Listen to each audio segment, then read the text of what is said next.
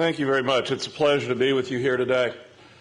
I was told to address this subject, has the bailout broken down?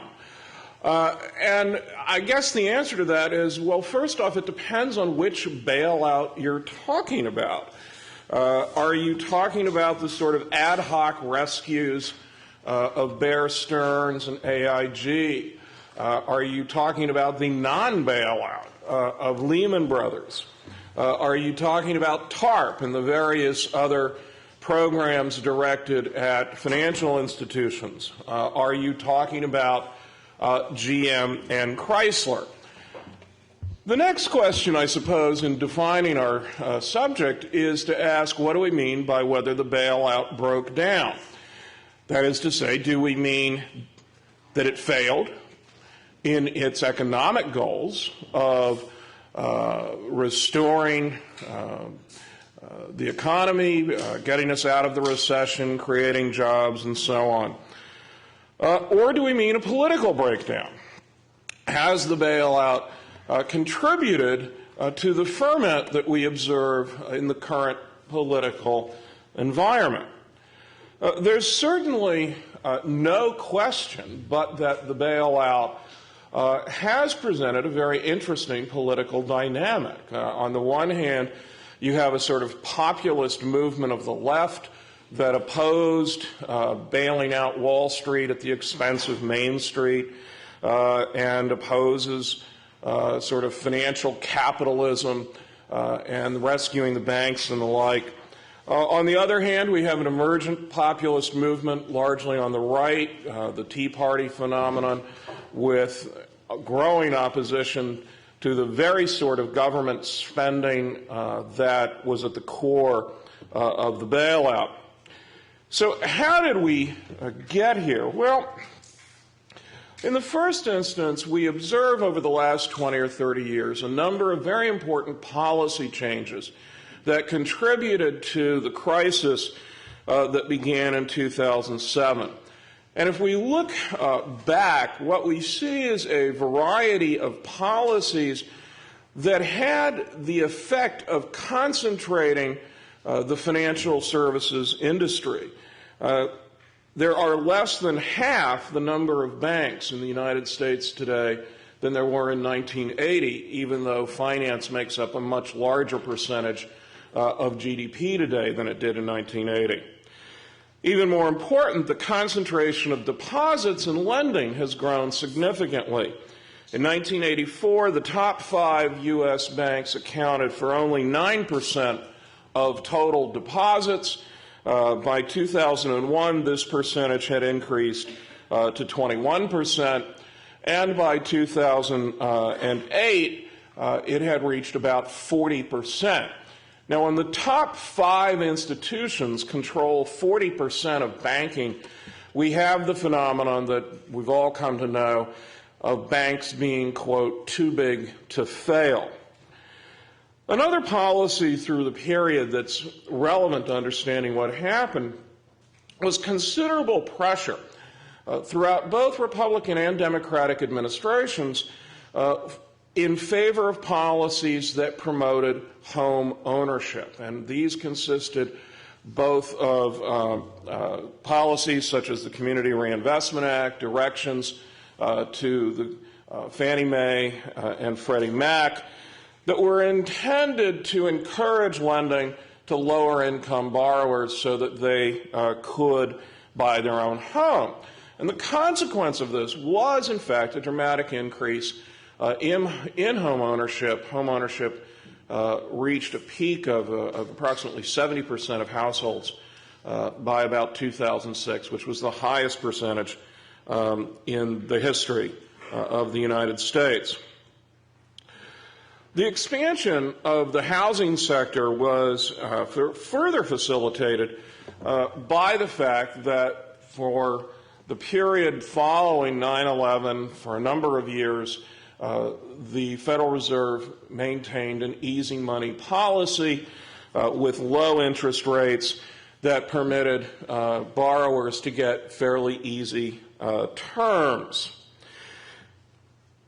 One question that we're often asked is whether the Gramm-Leach-Bliley Act, which repealed the restrictions on the combination of banking and investment banking, is part of the policy picture that got us to where we are today. And I think the answer to that is no. The major institutions that failed were either pure investment banks such as AIG, Bear Stearns, Merrill Lynch. The banks that failed were primarily banks, Wachovia, Washington Mutual, and the like.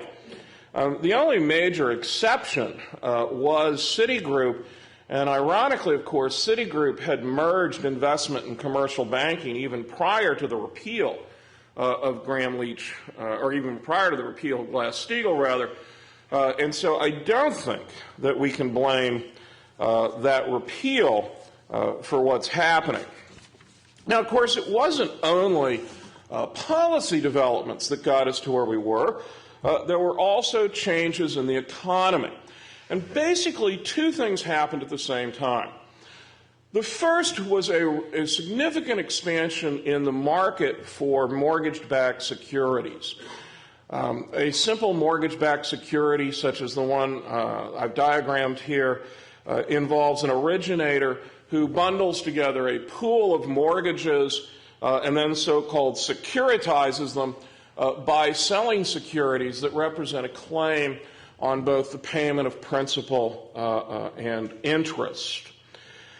The market for mortgage-backed securities exploded in the last decade from a relatively minor part of the finance environment to being one of the largest aspects of the investment banking business, certainly by the middle part of this past decade.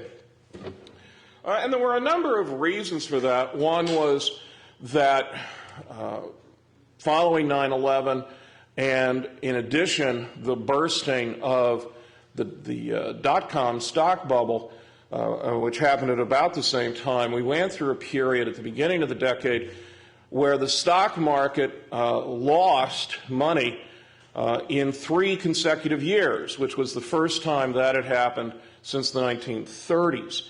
And so there was a flight towards quality. There was a perception that the development of mortgage-backed securities had significantly lowered the risk that investors faced when going into the real estate market. Real estate was also perceived as being safer than the stock markets, and so on. Another factor that contributed to the growth of securitization and as a result of the growth of securitization contributed to significant amounts of money flowing into the housing sector was the expansion in the market of so-called credit default swaps. Now, credit default swaps are very much back in the news today. Those of you that have been following the travails that Greece is going through, and to an increasing extent Spain is going through in the Eurozone, will have perhaps read about the increase in credit default swap investments targeting the Greek and Spanish debt markets. And basically what credit default swaps are is a form of insurance. If I buy a bond, there is some risk that the debtor won't repay the loan. And what a credit default swap does is permit me to buy an insurance policy, such that if the borrower in fact defaults, I go to the seller of the credit default swap and I say, my borrower defaulted, pay me what the borrower would have owed. One problem we discovered with credit default swaps, however, when, for example, Lehman Brothers went down, is that there really was not a lot of transparency in this market. And credit default swaps that, for example, Lehman Brothers might have sold, Lehman might have sold on to another counterparty who might have sold them on to yet another counterparty. And so when the time came that borrowers started massively defaulting, you might not be able to collect on your credit default swap